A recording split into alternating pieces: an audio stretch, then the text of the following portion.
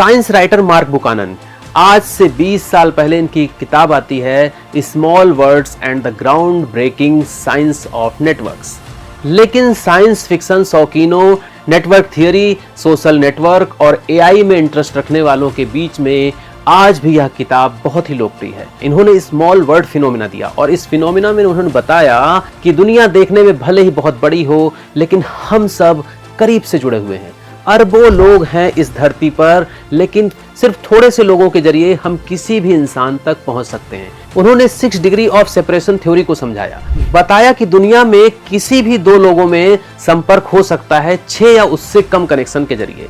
दुनिया जितनी बड़ी लगती है, वास्तव में हम सब अपेक्षाकृत बहुत ही करीब से जुड़े हुए हैं। जैसे मान लीजिए कि हम भारत में रहते हैं और किसी हॉलीवुड स्टार से कांटेक्ट करना चाहते हैं, तो उसके लिए हमें अपने किसी दोस्त से पूछना होगा, वह दोस्त किसी विदेश में रह रहे दोस्त से संपर्क करेगा, शायद वह दोस्त किसी दूसरे प्रोड्यूसर से संपर्क कर ले और धीरे धीरे 5 से 6 कनेक्शन के बीच में आप उस हॉलीवुड स्टार तक पहुंच सकते हैं। उन्होंने जब यह किताब लिखी थी तो उस समय सोशल नेटवर्किंग वेबसाइट्स का जमाना लगभग शुरू ही हुआ था। पहला सोशल नेटवर्किंग प्लेटफॉर्म माना जाता है 6degrees.com और शायद यहीं से वह इंस्पायर्ड हुए और उन्होंने 6 डिग्री सेपरेशन थ्योरी भी शायद यहीं से दी थी। पर इस थ्योरी में जहां उन्होंने 6 लोगों की बात की, आज की डेट में वह 6 की संख्या भी बहुत ज्यादा मालूम पड़ती है, क्योंकि सिर्फ एक ट्वीट से ही आप पूरी दुनिया में अपनी बात फैलाने के लिए, पूरी दुनिया में किसी से भी संपर्क करने के में आप सक्षम हो चुके हैं। नेटवर्क साइंस में बुकानन की थ्योरी आज हर बड़ी यूनिवर्सिटी में पढ़ाई जा रही है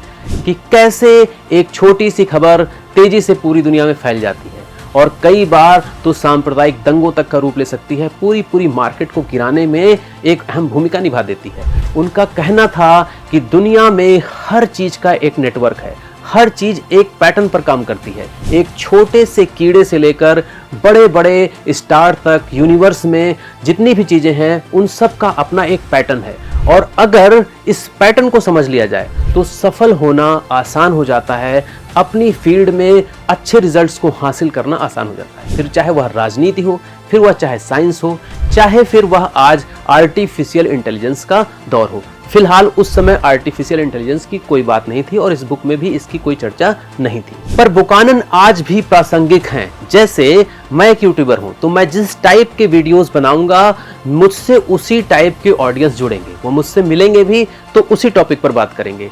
ठीक इसी तरह से जब मैं सोशल मीडिया पर कोई वीडियो सर्च करता हूं या किसी वेबसाइट पर विजिट करता हूं, तो ठीक उसी तरह के नोटिफिकेशन मुझे अपने आप मिलना शुरू हो जाते हैं। मतलब biology, human science, social network और साइंस का जो नेटवर्क है, वो सब लगभग सेम पैटर्न पर काम कर रहा है, किसी ना किसी नेक्सस पर काम कर रहा है।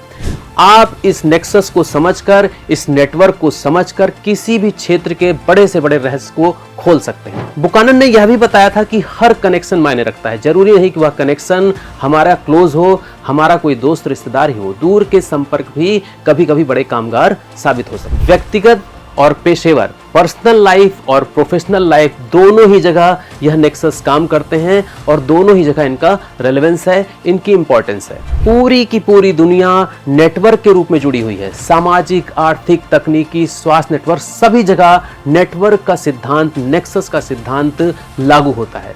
Social, economic, technological, health networks all follow the principles of small word theory.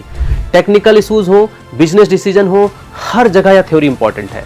Nexus और नेटवर्क के सिद्धांत को समझकर ही हम किसी भी क्षेत्र में सक्सेसफुल हो सकते हैं, सुरक्षित रह सकते हैं, स्थायित्व पा सकते हैं, ग्रोथ पा सकते हैं और साथ ही साथ सोशल मीडिया, आर्टिफिशियल इंटेलिजेंस के इस दौर में ज़्यादा से ज़्यादा फायदा उठा सकते हैं और साथ ही साथ सोशल मीडिया और आर्टिफिशियल इंटेलिजेंस जैसी चीज़ों के जो निगेटिव इम्पैक्ट्स हैं, उनसे भी हम बच सकते हैं।